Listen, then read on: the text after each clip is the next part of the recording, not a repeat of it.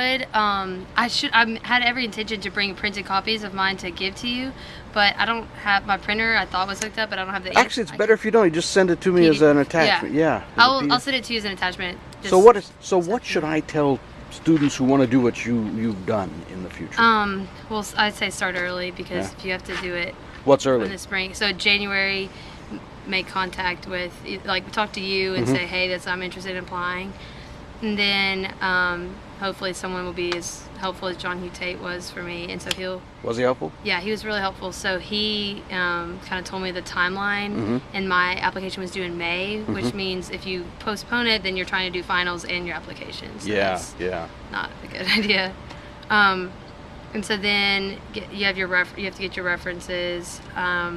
And also, if you're applying to in another language, to study in a place with another language, you have to do all of your translations. So you have to translate everything into French. Yes. So there's two main essays. There's like an intention, rotary intention, and then there's an autobiography. Wow. And then you have to put those both into the language in which you want to study. How idiosyncratic were those? I mean, were there something that you would have?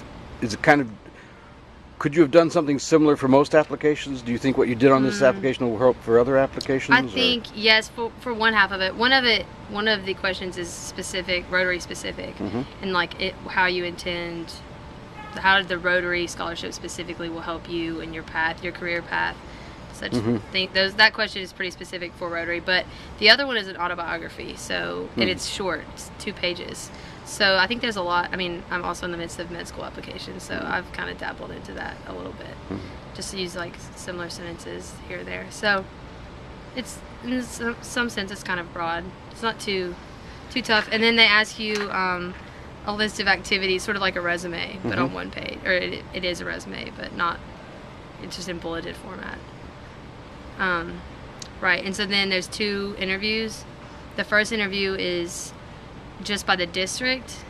So this is the Rotary Club of Jackson, and of each district in Mississippi can nominate 2 scholars to the I guess they call it the regional, and of the regionals then they can nominate 2 scholars.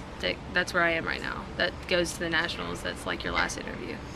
Wait a minute, the nationals are your last interview? No, I'm done interviewing. Yeah, I'm done. Like my name is